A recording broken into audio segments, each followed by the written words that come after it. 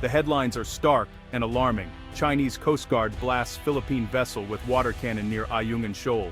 This is not just a headline, it's a snapshot of the escalating tensions in the West Philippine Sea, where every encounter could spark a wider conflict. Manila, protests. Dangerous maneuvers in West Philippine Sea, voicing outrage and concern at the highest levels. The government is making it clear that these aggressive actions cannot go unanswered. For years, the Philippines has faced immense pressure from China's maritime expansion, often outmatched and isolated. Filipino sailors have stood their ground, but the odds have been daunting, with China's larger fleet and relentless tactics. But now the tide is turning. A new sense of hope and determination is rising across the archipelago.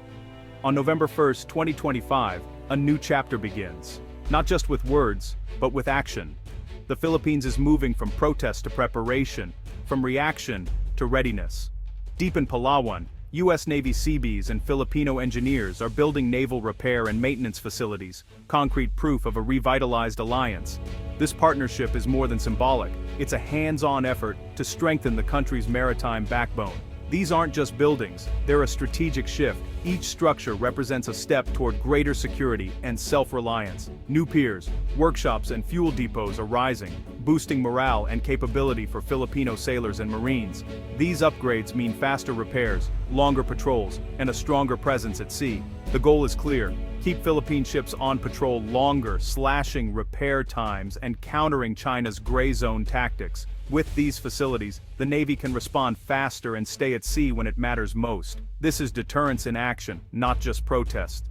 Joint patrols and exercises send a powerful message. The Philippines is no longer standing alone. The message to Beijing is clear. The Philippines will not be pushed out of its own waters.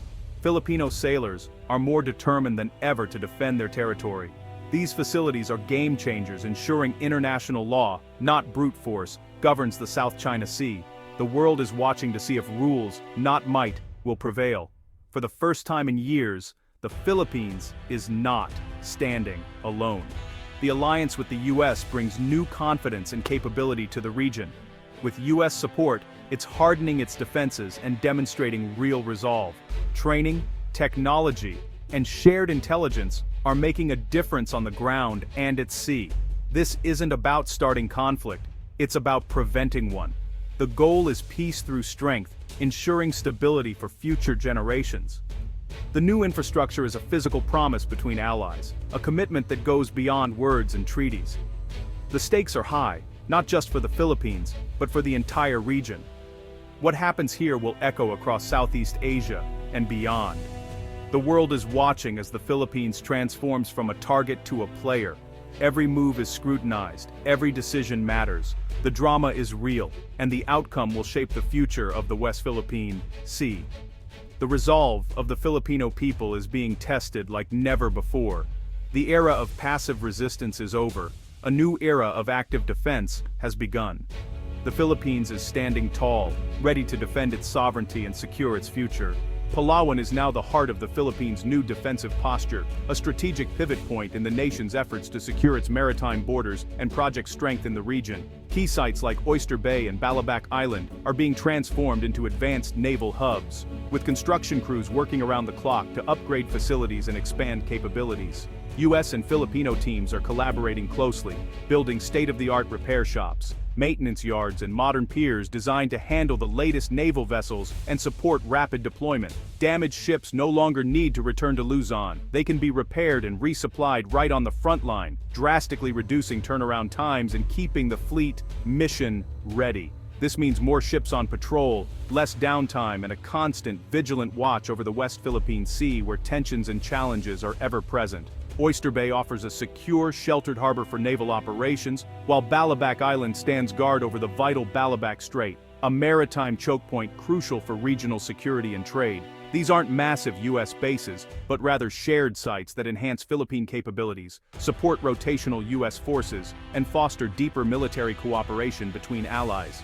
The hubs are logistical centers, equipped with fuel depots, munition storage, and advanced communications facilities, ensuring sustained operations and rapid response. They allow the Philippine Navy and Air Force to sustain operations far from home, extending their reach and presence into remote and contested waters. For joint exercises, these sites are invaluable springboards, enabling realistic training and coordinated maneuvers in contested waters, sharpening readiness for any scenario.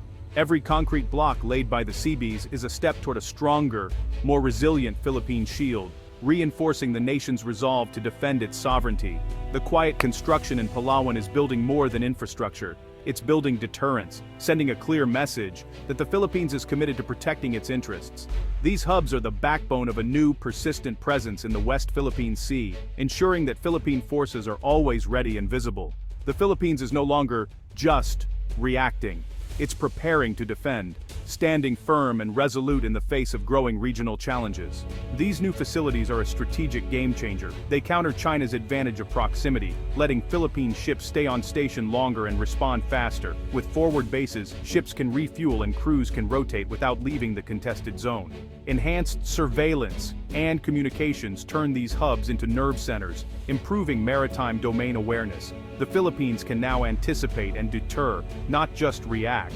Any aggressor must now factor in a faster, more sustained Philippine response. In the high-stakes chess game of the South China Sea, these bases are a bold new move. The impact on Philippine sovereignty is immediate and profound. Filipino fishermen, once chased from their own waters, now have naval protection close at hand. At flashpoints like Ayungin Shoal, resupply missions are faster and safer, backed by rapid deployment from Palawan. The new facilities secure, not just territory but economic rights, protecting oil, gas, and fisheries affirmed by international law. The 2016 Arbitral Award gave the Philippines legal rights. These bases give it the means to enforce them. This is about turning legal victories into reality on the water. The Philippines is drawing a line, backed by law, presence, and resolve. It's not seeking conflict, but it's ready to defend every inch of its territory. The world sees a nation standing up for its rights, not just in courtrooms, but on the waves. Palawan's upgrades are just one part of a broader U.S.-Philippine strategy under the Enhanced Defense Cooperation Agreement, or EDCA. EDCA enables the U.S. to build and pre-position equipment at key Philippine bases, all under Philippine control. Sites like Cesar Basa Air Base and Fort Magsaysay are being modernized for air and ground operations. New EDCA locations in Cagayan and Isabela, near Taiwan, add strategic depth and flexibility. This network disperses assets, making the Philippines less vulnerable and more responsive to threats. From disaster relief warehouses to modern airfields, EDCA is transforming the defense landscape. It's a long-term investment in Philippine security and regional stability. The alliance is no longer just words, it's infrastructure, readiness, and real capability. Pagasa, Thitu Island, once isolated and vulnerable, stood as a lonely sentinel in the vast expanse of the sea, is now a beacon of Philippine resolve in the Spratlys, a symbol of unwavering determination and national pride. Major upgrades, a new port and a paved runway, have been pivotal in reshaping the island's landscape, transforming life for both civilians and military personnel. Supplies now arrive safely and efficiently, and the community is more sustainable than ever, thriving with new opportunities, and a renewed sense of purpose. The improved Rancudo airfield allows larger aircraft to land, facilitating crucial operations, enabling rapid resupply and air patrols that ensure the island's security and readiness. Pag-asa is now a forward base for both the Coast Guard and Air Force, cutting response times dramatically and enhancing strategic capabilities. A thriving civilian presence is a living assertion of sovereignty, a testament to the island's vibrant life. The island is no longer just an outpost, it's a resilient, strategic hub. Fishermen find safe haven, and their livelihoods are protected, while the military can monitor the Spratlys more effectively, ensuring peace and stability in the region. By investing in Pag-asa, the Philippines signals it's there to stay, committed to its future and its people. The transformation is a powerful message, a declaration to the world, that the Philippines will defend its place in the West Philippine Sea, standing firm against any challenge. China's island-building blitz has reshaped the South China Sea, turning reefs into military fortresses with airfields, ports, and missile systems. Features like Mischief Reef and Fiery Cross Reef, inside the Philippine EEZ, now host Chinese warplanes and ships. These artificial islands project power, enforce China's sweeping claims, and support constant gray zone harassment. The scale dwarfs Philippine efforts, but Manila's strategy isn't to match China base for base. Instead, the goal is to raise the risks and costs of aggression. US-funded facilities in Palawan and Pag-asa are part of an asymmetric defense, focused on resilience, not escalation. The Philippines is making itself a tougher target, able to monitor and respond for the long haul. It's a calculated, determined answer to a massive challenge. The US-Philippine alliance is moving from promises to action. The Mutual Defense Treaty is now backed by real infrastructure, piers, runways, and joint projects. Filipino sailors and pilots see US support firsthand, building trust and interoperability. This cooperation is vital for credibility in a region watching US-China competition. Real investment signals America's commitment to a free and open Indo-Pacific. The alliance is strengthened not by speeches, but by shared work and daily collaboration. Planning and building together forges bonds that matter in a crisis. When emergencies arise, both militaries are ready to act as one team. The alliance is being renewed in concrete, steel, and sweat. Together, they're building a stronger defense for the future.